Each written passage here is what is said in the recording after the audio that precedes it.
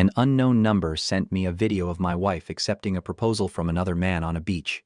She had told me she was in Columbus for a 3-day communications conference. The video was 22 seconds long. That was all it took to end 11 years of marriage in my head. I was sitting at my desk in Charlotte, reviewing a campaign budget I suddenly could not understand, when my personal phone buzzed beside my coffee. Unknown number, no text, just a video file. I almost deleted it. Then I opened it. The footage was shaky, like whoever filmed it had been trying not to be seen. White sand, calm blue water, a strip of rented beach chairs in the background, and there was Laura, my wife, standing barefoot near the water in a pale blue dress I had never seen before. In front of her, a man I did not recognize was down on one knee, holding up a ring box. Laura had both hands over her mouth. Then she nodded, not a confused nod, not a startled one, a happy one. The kind of nod a woman gives when she already knows the question is coming and has been waiting for it anyway. I watched it once, then again, then a third time, because some stupid, loyal part of my brain kept trying to find another explanation. Maybe it was a joke. Maybe it was old. Maybe it was staged. Maybe I was looking at someone who only looked like my wife. But then she turned toward the camera for half a second, laughing through tears, and I saw the small scar near her left eyebrow from the bike accident in Asheville. It was her, my wife, my Laura, the woman who had kissed me goodbye 2 mornings earlier and reminded me to give the dogs their flea medication. I opened our text thread. I typed one word, smile. Then I put the phone face down and went back to the budget. Within an hour, I had 77 missed calls from my wife. I was 39 years old, a strategy director at a mid-sized marketing firm in Charlotte, North Carolina. And until that Tuesday morning, I would have told anyone that I had a solid marriage. Not perfect, no marriage is perfect, but solid. Laura and I had been married for 11 years. 11 years is long enough for 2 people to build an entire private language without noticing it. The look across a crowded room, that means, please save me. The hand on the shoulder in the grocery store, that means, don't forget the coffee. The silence after a hard day, that means, I'm not angry, I'm just tired. I thought I knew every version of her. The ambitious version who took phone calls in the driveway because reception was better there. The soft version who cried every time one of our dogs had to go to the vet. The practical version who kept emergency batteries in 3 different drawers. The funny version who could destroy me with one sentence under her breath at a dinner party. We lived in a colonial on Briar Hollow Drive, the kind of house people call good bones when they really mean it needs work but has promise. We bought it in 2019, back when interest rates still seemed reasonable, and we still talked about turning the spare bedroom into a nursery. We had 2 dogs, Hank and Rosie, a mortgage, a shared Netflix password, and a Thursday night ritual of ordering Thai food from a place near Dilworth while pretending we were going to try something new, and then getting the exact same dishes every time. We did not have children. That was the grief we had both learned to speak around carefully. 2 failed rounds of IVF, 1 pregnancy that ended before we let ourselves tell anyone. After that, we stopped making plans around due dates and started saying things like, maybe our life is supposed to look different. I believed we had survived that together. That was the part that made the video feel less like an affair and more like excavation. It did not just reveal a betrayal. It dug under the life I thought we had, buried our pain inside, and showed me there had been another foundation there the whole time. Looking back, I can find the first warning sign with the kind of precision that makes you hate yourself a little. It started in February. Laura joined a Pilates studio that opened near South End and began going at 6 in the morning. That sounds harmless because it was supposed to sound harmless. People change routines. People hit their late 30s and decide their back hurts or their jeans fit wrong, or they need to reclaim some part of themselves. But Laura had never been a morning person. In 11 years, I had seen her voluntarily wake up before 7, maybe 4 times, and 2 of those involved flights. Suddenly, she was out of bed in the dark, moving quietly through the room, pulling on leggings and a sweatshirt, whispering that I should go back to sleep. At first, I admired it. Then, I noticed the other things. She lost weight. Not dramatically, but enough that her clothes started hanging differently. She bought new dresses for work, cleaner lines, softer colors, the kind of clothes that looked casual until you saw the receipt. She changed her perfume to something lighter and expensive, something that lingered in the hallway after she left. I noticed, because husbands notice. We just don't always say we notice. Then came the phone. Laura used to leave it everywhere. Kitchen counter, couch cushion, bathroom sink. I was the one constantly bringing it to her. Starting in March, It stayed attached to her like a second pulse. Face down at dinner. Face down on the nightstand. In her hand when she went to the garage. The bathroom. Even the backyard with the dogs. One night. I reached past her for the remote, and she flipped the screen over so fast it felt rehearsed. She smiled immediately. Work stuff, she said. Sensitive client drama. I nodded because I wanted to be the kind of husband who trusted his wife. That sentence would embarrass me later. The trips increased after that. Columbus, Tampa, Atlanta, Miami, always with a calendar invite, a hotel name, a reason that sounded boring enough to be true. I did not check. I told myself suspicion was ugly. I did not yet understand that sometimes suspicion is just your dignity trying to get your attention. By the time I drove home that evening, Laura's calls had stopped. There were 6 text messages waiting for me. The first said, "Ethan, please pick up." The second said, "I can explain." The third said, "It's not what you think." That one almost made me laugh, which surprised me because nothing felt funny. A 22-second video of your wife accepting a marriage proposal from another man on a beach is not exactly an abstract painting. There are not many interpretations available. The fourth said, "Please don't do anything crazy." That one told me more than the first 3. She was not afraid I would misunderstand. She was afraid I would act. I sat in the driveway with the engine off and read the last 2 messages. "I love you." Then, "Please just let me come home and talk." I looked at our house through the windshield. The porch light had come on automatically. Hank and Rosie were probably standing behind the front window, waiting for the sound of my keys. The ordinary shape of my life was sitting right in front of me, unchanged from the outside. Inside, something had already been condemned. I went in, fed the dogs, changed out of my work shirt, and opened my laptop at the kitchen table. The first spreadsheet was assets, not feelings, not questions, assets. The house on Briar Hollow Drive, purchased in 2019 for $492,000, current estimated value, around $615,000. 2 cars, Laura's leased Audi. My paid-off Toyota 4Runner. Joint savings, checking, my 401k, her pension through the hospital network. The investment account we had built slowly over 8 years, dollar by dollar. While telling ourselves we were being responsible adults, I wrote everything down. Then, I opened a second spreadsheet. Evidence. The video. Saved to my phone, my laptop, and a backup email address. Date received, time received. Unknown number. Laura's texts. Her claimed destination Columbus. Conference name Midwestern Communications Leadership Summit. Hotel Marriott downtown. At 11:38 that night, I searched for the conference. It did not exist. I checked 3 sites. Nothing. I sat at the kitchen table in the dark and finally let myself feel it for 20 minutes. Then I closed that door and started thinking like a man building a case. I made rules for myself that night because I knew exactly how this could go wrong, not legally. Personally, a man who discovers his wife has been living a second life is expected to break in a certain way. Rage, shouting, threats, driving somewhere he should not drive, saying something that will be repeated later without context by people who were never interested in the truth. I was not going to give Laura that version of me. I was not going to send a furious midnight text. I was not going to call her mother. I was not going to message the man on the beach. I was not going to post a single cryptic thing online. I was not going to touch her email, her laptop, her phone, or anything that could turn my pain into her defense. My advantage was simple. Laura knew I had seen something. She did not know I had started documenting everything. So I wrote a plan in 4 steps. First, speak to a family law attorney before Laura came home. Not to file immediately.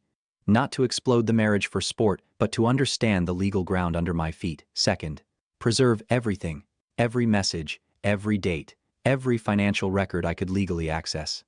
Third, change nothing. Be calm. Be normal enough. Let her talk if she wanted to talk. People say extraordinary things when they believe they are managing you. Fourth, understand the money before the money started moving. I closed my laptop a little after midnight. Laura texted once more. "I'm coming home tomorrow. Please be there." I read it, plugged in my phone, let the dogs follow me upstairs, and slept with the strange, clean exhaustion of a man who had stopped asking why and started asking what next. The attorney's name was Eleanor Price. A colleague at work gave me her name with the kind of careful seriousness people use when they are handing you something sharp. His divorce had been ugly 3 years earlier, and all he said was, "She doesn't waste motion." That was enough for me. I called her office at 8 the next morning and got lucky. A cancellation slot at 2:30. 50 minutes, $300.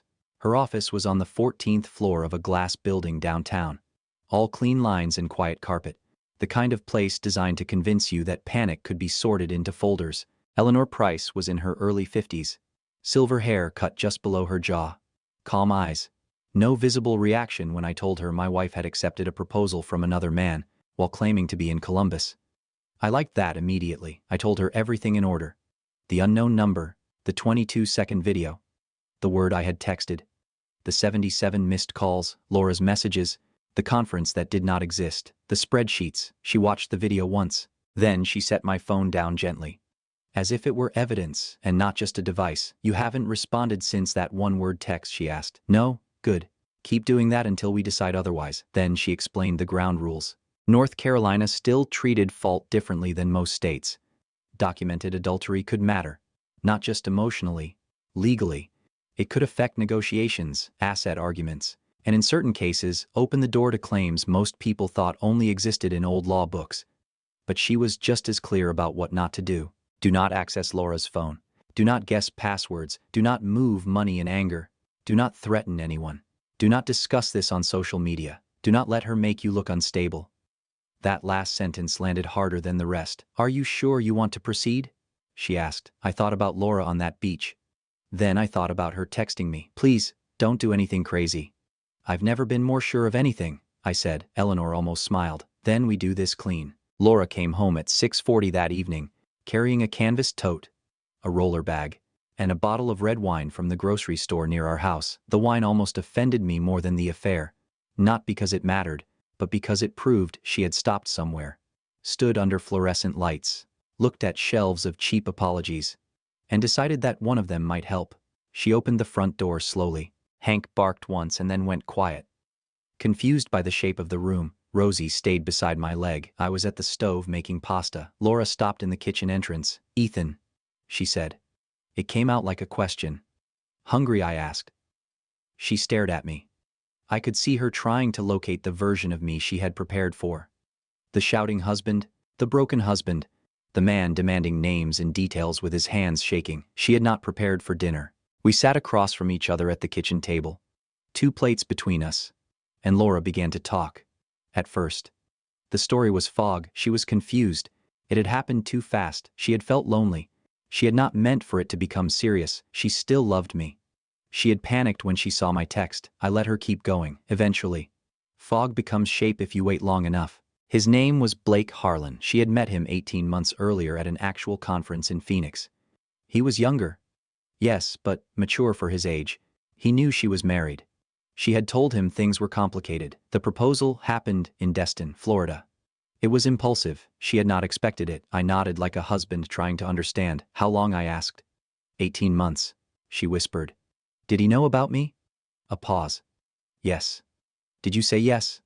Another pause. I didn't say no. That was almost elegant in its cowardice. She reached across the table, but I moved my hand before she could touch it. I ended it, she said quickly. When you texted me, I called him and ended it. I want to fix us. I looked at her. 11 years. 2 dogs. A house. A grief we had named together, and apparently not survived together. Okay, I said. I need time to process. Let's stay calm this week. Relief moved across her face like weather. She had no idea the video was already with Eleanor. Eleanor had sent the video to a private investigator before Laura's flight even landed. Her name was Nina Park, and according to Eleanor, she was quiet, precise, and very good at finding the part of a story people forgot to hide. 3 days after Laura came home and performed remorse over pasta, Nina emailed the first document. It was not dramatic. That was what made it worse. A credit card statement, dates, merchant names, cities, amounts, 18 hotel charges over 12 months, spread across 7 cities, Tampa, Atlanta, Miami, Phoenix, Charleston, Savannah, Destin. Some of them matched trips Laura had described as conferences. Some matched emergency client meetings. One matched a weekend she had told me she was staying with her college roommate because the roommate's marriage was falling apart. I stared at that line for a long time. Apparently, someone's marriage had been falling apart. It just had not been the roommate's. Nina's follow-up report was even colder. restaurants near the hotels, 2 spa charges, airline change fees, a beach house deposit in Destin, a boutique jewelry store transaction that Eleanor told me not to react to yet because timing mattered. The total was just over $62,000. $62,000. A number can become a weapon when it stops being abstract. It was not only that Laura had betrayed me. It was that she had used money from accounts built during our marriage to support the betrayal. Our money had paid for hotel rooms where she lied to me from clean white sheets. Our credit had carried dinners where she held another man's hand across a table. Our careful adult savings had helped fund a second life I was apparently too reasonable to notice. I forwarded everything to Rachel, my younger sister in Seattle, who worked as a forensic accountant and had once told me that numbers were just confessions people forgot they made. Her reply came 20 minutes later. Send me everything. Do not summarize. Raw files only. That was the moment something in me changed permanently. Until then, in some private corner of my mind, I had still been calling it my marriage. After $62,000, I started calling it a case. Eleanor filed the initial separation papers on a Thursday morning. 3 weeks after the video, I did not warn Laura. For 21 days, I had been calm enough to make her nervous and normal enough to make her hopeful. I went to work. I fed the dogs. I answered practical questions with practical answers. I did not sleep in the same room. But I did not slam doors either. Laura started performing repair. She stopped Pilates. She came home early. She cooked twice, which would have been touching if one of the meals had not included the exact pasta I had made the night she confessed. She left small notes on the counter. I'm sorry. I love you. Please don't give up on us. I saved every one. The process server reached her at her office at 10:15 a.m. Her assistant called me 12 minutes later. Voice careful and confused. Laura asked me to tell you she's on her way home. Thank you, I said, and hung up. Laura came through the front door 40 minutes later with a face I had never seen on her before. Not grief.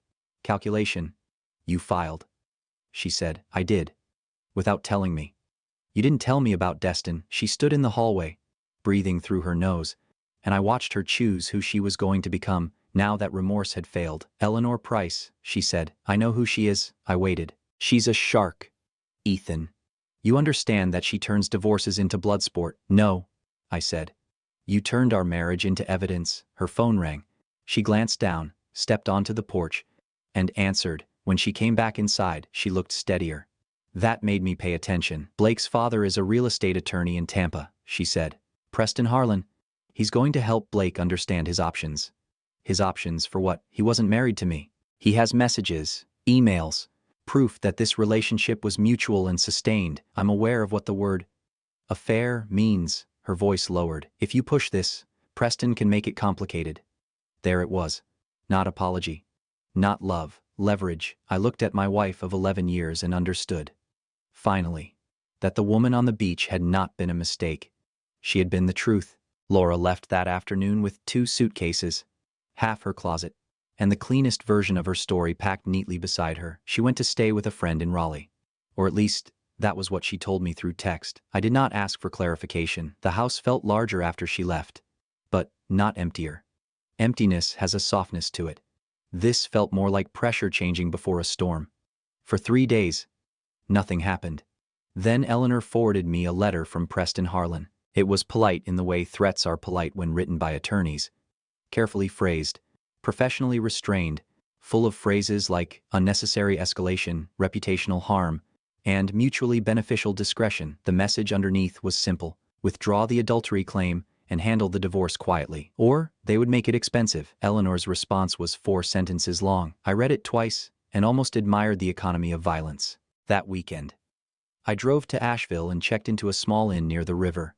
I needed 48 hours where no one said evidence, claim, marital waste, or deposition.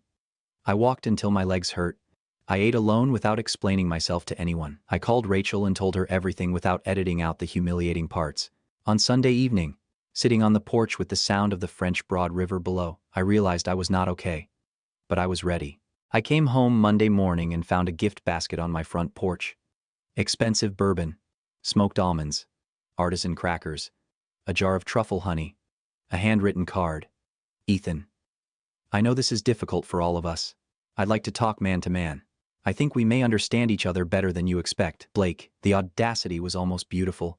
I took photos from 3 angles, close enough to read the card, wide enough to show it on my porch. Then, I called Eleanor. "Don't touch it," she said after I read the card aloud. "Don't move it. Don't respond. What's he trying to do? Assess you," she said. "See if you're volatile. See if you can be managed." That basket came from a conversation with Laura and Preston. I looked at the bourbon sitting in front of my door. Blake was not confused. He was protecting an investment. The basket stayed on my porch for 2 days. By Wednesday, the FedEx driver glanced at it, then at me, and said, "Rough week." "Something like that," I said. Blake's little peace offering did one useful thing. It forced me to stop pretending I could carry the whole story alone. Not publicly, structurally. I started with Rachel, though by then she already knew most of it. I sent her the raw statements, credit card records, hotel charges, screenshots, and the timeline I had built. She called me that night from Seattle and skipped every comforting phrase people usually reach for when they do not know what else to say. "This is sloppy," she said. "That bad? That good," she replied. "For you. Bad for them." Then, I told Marcus Bell, my closest friend since college, the kind of man who did not need to fill silence to prove he cared. He listened while I sat in my parked car outside his house because I did not trust myself to walk in yet. When I finished, he said, "Come inside." I made coffee. That was it. No speech, no fake wisdom. Just coffee and a clean place to sit. The hardest conversation was with my manager. I did not tell him the details. I told him I was going through a divorce, that there might be legal appointments, and that I wanted him to hear it from me before my schedule looked strange. He nodded once. "Your work is covered. Your privacy is respected. Tell me what you need." For the first time since the video, I felt the weight shift. By the end of that week, I had a structure around me. Eleanor was building the legal case. Nina was pulling records. Rachel was translating money into proof. Marcus was keeping me from turning silence into isolation. Laura had underestimated one thing. She thought calm meant alone. It didn't. It meant I was choosing who got access to the truth. They came on a Saturday. I was in the backyard trying to convince Rosie that the muddy corner near the fence was not, in fact, her personal excavation site when the doorbell rang. Through the front window, I saw 2 shapes. One was Laura. The other was a man I had only seen in a 22-second video and a few background photos Nina had pulled from public accounts. Blake Harlan looked exactly like the kind of man who practiced appearing harmless. Tall, clean haircut, expensive casual clothes, hands visible, expression arranged into concern, not arrogance. That would have been too easy to dislike. He had chosen something softer, reasonable, civilized, almost wounded. Laura stood beside him, not behind him, and that told me this had been planned. I wiped my hands on a towel, walked to the door, and opened it. "Ethan," Laura said. "Can we come in?" "No," I said, "but I'll stand here for a few minutes." Blake stepped forward half an inch, then stopped himself. "Thank you," he said, like I had offered hospitality instead of a boundary. "I know this is uncomfortable." I looked at him. He continued, "I just wanted to say, man to man, none of this was meant to hurt you. There are sentences so stupid they become clarifying." Laura glanced at him quickly, but he kept going. "What happened between Laura and me was complicated. I know that sounds like an excuse. It's not. We all made mistakes. But dragging this through court with an adultery claim, making it public, turning it into something ugly, I don't think that helps anyone." "We've talked to Preston," Laura said. Her voice was careful. "And he thinks private mediation would be better for everyone." "Preston," I repeated. "Your boyfriend's father." Blake's jaw tightened, then relaxed. "He's an attorney," he said. "He understands how these things can spiral."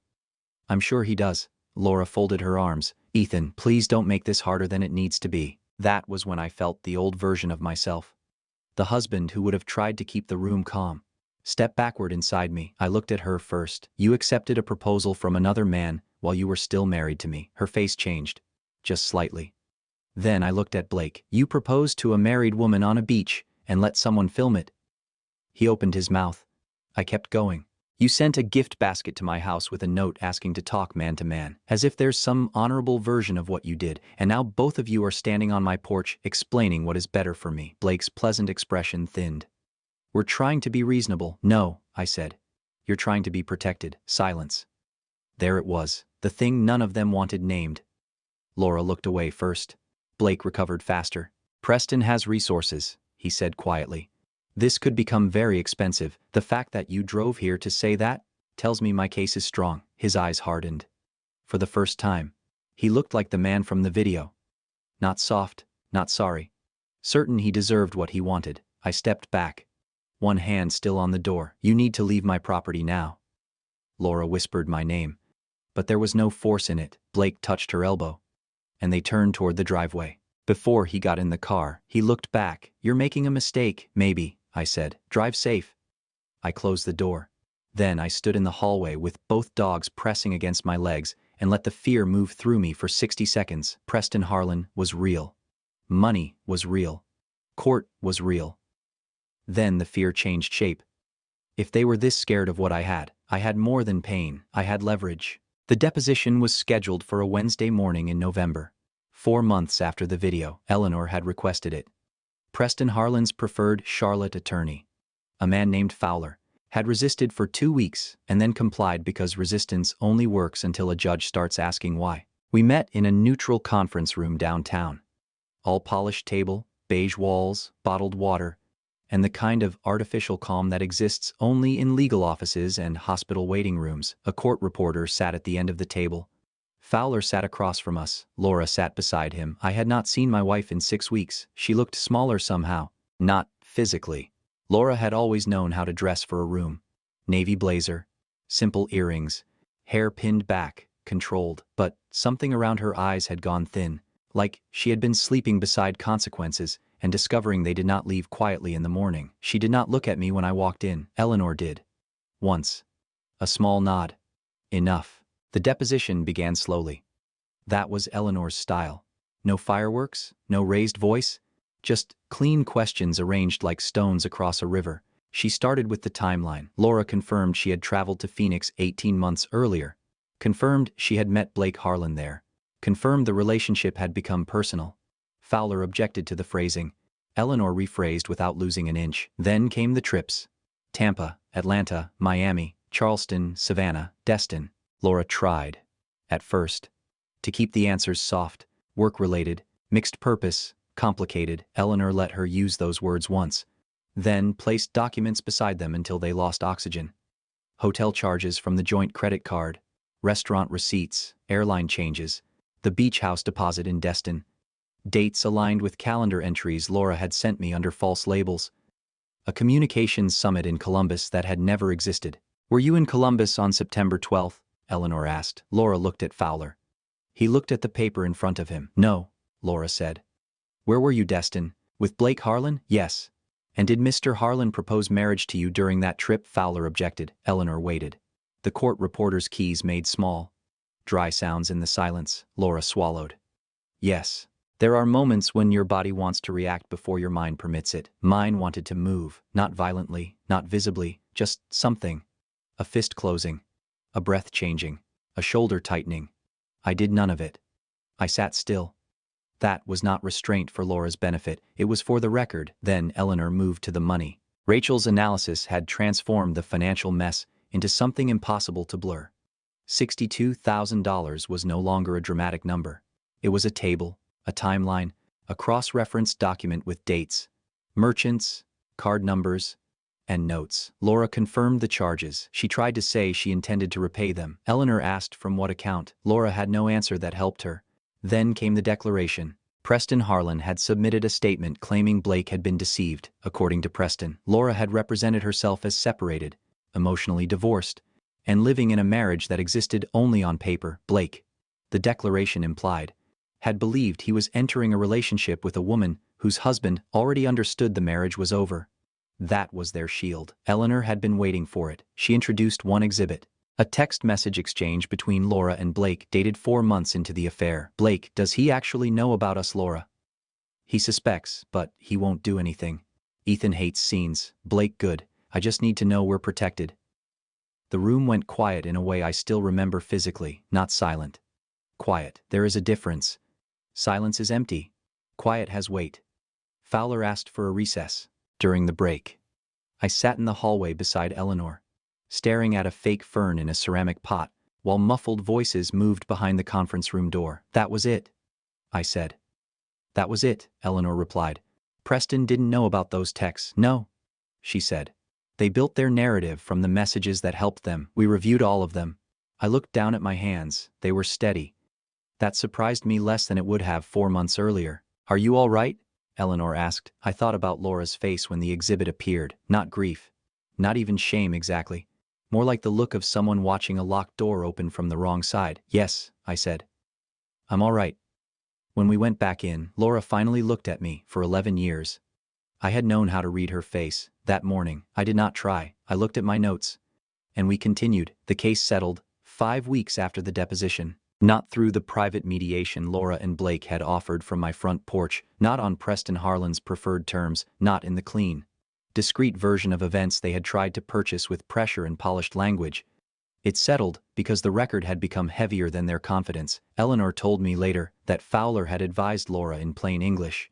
You do not want a judge reading these documents aloud. That was the sentence that ended the fantasy. The final agreement reflected what had actually happened, not what they wished could be framed as mutual unhappiness, or an unfortunate overlap of timelines. The adultery was documented. The false Columbus trip was documented. The Destin proposal was documented. The financial waste was documented so thoroughly that even Fowler stopped trying to soften the number. $62,000. Rachel's affidavit laid it out like a surgical report. Hotel charges, restaurant receipts, airline changes, the beach house deposit, the boutique jewelry purchase, every line cross-referenced against Laura's calendar entries, and the statements Nina had helped obtain legally. The house on Briar Hollow Drive came to me, not as a gift, not because anyone felt sorry for me. It was bought out against Laura's share of the investment portfolio, with an additional offset for the documented marital waste. Her name came off the deed after final transfer. Mine stayed. My 401k remained untouched. Laura's pension, accumulated in part during the marriage, was divided according to the agreement, and my portion was significant enough that she refused to look at me during the final review session. The joint savings account was split with an adjustment reflecting the money used to fund the affair. Her leased Audi stayed her problem. My Toyota 4Runner remained mine, paid off and uncontested. A portion of my legal costs was allocated to Laura because conduct matters. When conduct creates the mess, everyone else has to clean up. Preston Harlan did not withdraw his declaration. Eleanor had predicted he wouldn't. Men like that do not retract, she said. They reframe. But the declaration carried no practical weight after the text messages entered the record. Blake had not been deceived. He had asked directly whether I knew. Received an answer. And then expressed concern only about whether they were protected. That line remained in the filed record. I just need to know we're protected. There is something almost poetic about people being undone by the exact sentence that reveals them. I did not celebrate when the documents were signed. That surprises some people when I tell them. They expect champagne, shouting, some cinematic moment where I stand in the driveway and feel victorious while the villains collapse somewhere off screen. It was not like that. Eleanor did send a small bottle of champagne to the house with a note that said, simply, "Well done." Rachel mailed me a printout of the final financial table with one sentence written across the top numbers, "Remember." Marcus came over that night with takeout and did not ask me how I felt until after we had eaten. The truth was, I felt tired. Deeply. Cleanly tired. The kind of tired that comes when you have been holding a door closed for months and finally realize no one is pushing from the other side anymore. Laura called once after the settlement was final. I let it go to voicemail, then she texted, "Can we please talk like people who once loved each other?" I stared at the message for a long time. We had loved each other. That was part of the damage. I typed back, "I wish you well. Please don't contact me again unless it is through counsel." I meant the first sentence more than I expected. I did not want her destroyed. I did not want her suffering in some endless, theatrical way. I wanted my life separated from the blast radius of her choices. That was all. The day her name came off the deed, I sat in the kitchen with both dogs asleep near my feet and a cup of coffee going cold beside my hand. My kitchen, my house, my quiet. I thought about the man who had opened a 22-second video at his desk 4 months earlier and gone completely still in the middle of an ordinary workday. He had been humiliated. He had been afraid. He had also been right not to flinch. That, more than the house or the money or the settlement language, was what I kept. Information about Laura reached me the way weather reaches a city you no longer live in, indirectly, without invitation, through a mutual colleague, through Marcus, who heard something from someone's brother, through Rachel, who had become very good at saying, "Do you want to know this or not?" before offering anything. Most of the time, I said no. Sometimes, I said yes. Laura moved into a rental in Raleigh after the settlement, smaller than the house she had left and apparently chosen in a hurry. Her job did not disappear, But her position changed after a restructuring that came close enough to the legal proceedings for people to draw their own quiet conclusions. She kept working, she kept her name. But the polished, upward arc she had been protecting so carefully seemed to flatten almost overnight. Blake did not get this clean future he had proposed on that beach either. He relocated to Atlanta within 6 months.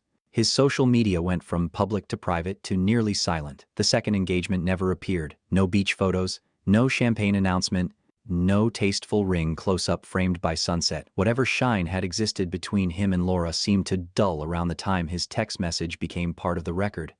Preston Harlan remained a real estate attorney in Tampa. Men like that do not vanish. But I heard enough to know his involvement in our case had not improved his reputation. A declaration contradicted by his own son's messages is not the kind of professional footnote lawyers enjoy carrying around. I did not celebrate any of it. That matters.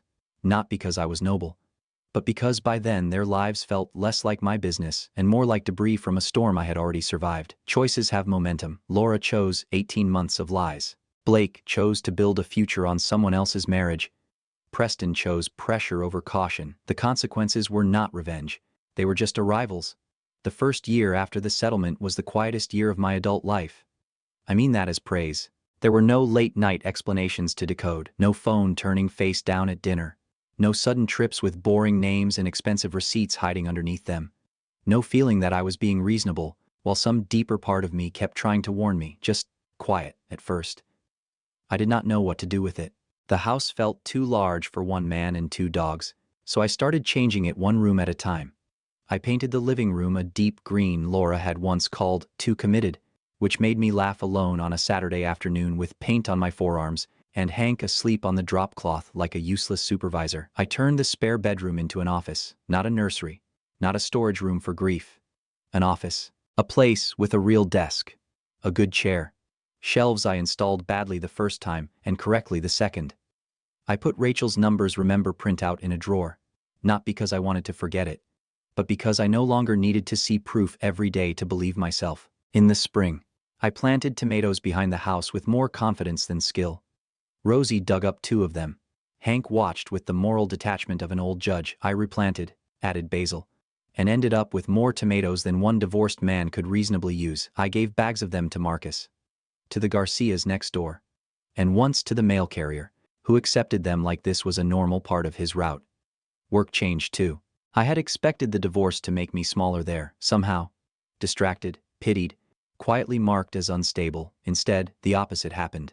People had watched me carry pressure without turning it into everyone else's problem. In March, I was offered a senior director role I would have hesitated over before. I said yes before I could talk myself into caution.